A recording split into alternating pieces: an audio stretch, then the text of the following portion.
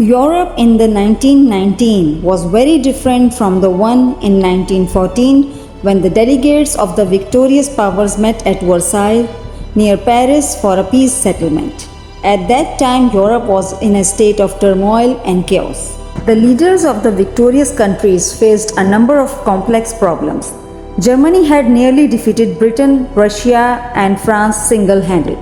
How could the winners make sure that Germany could not fight another war in the future? Further, the communists had seized power in Russia. Communists wanted to destroy all other capitalist government by workers' revolution. Central and Eastern Europe were in chaos. The royal families of Germany and Austria-Hungary had abdicated before the peace conference. The British and the French governments had entered into a number of secret treaties. They had promised Japan special treatment in Asia in return for its support during the war. Under the Treaty of London of 1915, Italy had agreed to join the Allies in return for the promise of gains from Austria and Hungary. Japan and Italy now expected to be given their rewards. The Versailles Peace Conference was dominated by the political leaders of three of the five victorious powers: David Lloyd George, Prime Minister of the United Kingdom; George Clemenceau, Prime Minister of France; and Woodrow Wilson, President of USA. Japan was only interested in what was decided about the Pacific and played little part. Orlando, Prime Minister of Italy, played only a minor role in discussions and in fact walked out of the conference when he failed to get the territorial gains that Italy had hoped for. Perhaps the biggest problem faced at the peace conferences was the fact that the winning countries had very different views about what should happen next. The key players were so-called Big Three. The differences between the allies were hidden while the war was fought. The French and the British did not agree with many of the Wilson's views. However, they had been desperate to make sure that the USA supported the war. During the war, they kept quiet in public for fear that disagreement would limit the American war effort. Once the fighting had stopped, the French and the British started to disagree with the Americans. In these circumstances, the leaders of France, Britain, and USA attempted to create a peace settlement.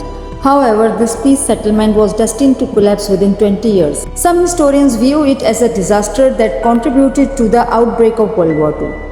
They have argued that the peacemakers did not fully comprehend the scale of problems in 1919, therefore it is not surprising that they failed to create a lasting peace.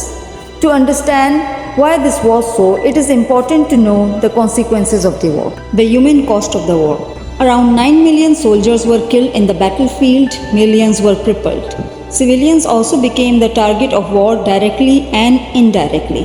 Millions of them had died from famine and diseases in the aftermath of the war. Economic consequences. After World War I, Great Britain went through a period of painful readjustment and serious economic difficulties.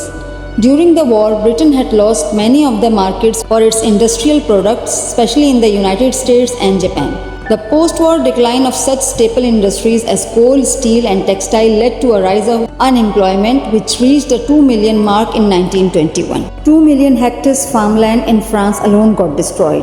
Also, factories and railway lines were ruined. Large-scale reconstruction was the need of the time. Trade was also affected. Belgium, Poland, Italy, and Serbia were also badly affected. It was clear that Europe faced an acute economic crisis after the war. Political consequences.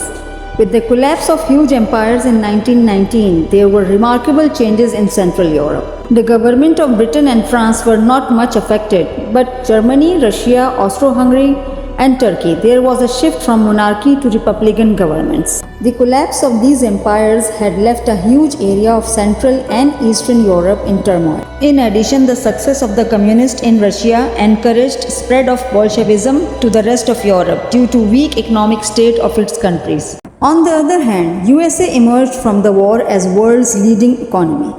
Throughout the war, US market thrived as it kept on providing food, raw materials, arms and weapons to the Allies in their war effort. The war also led to the US advances in technology.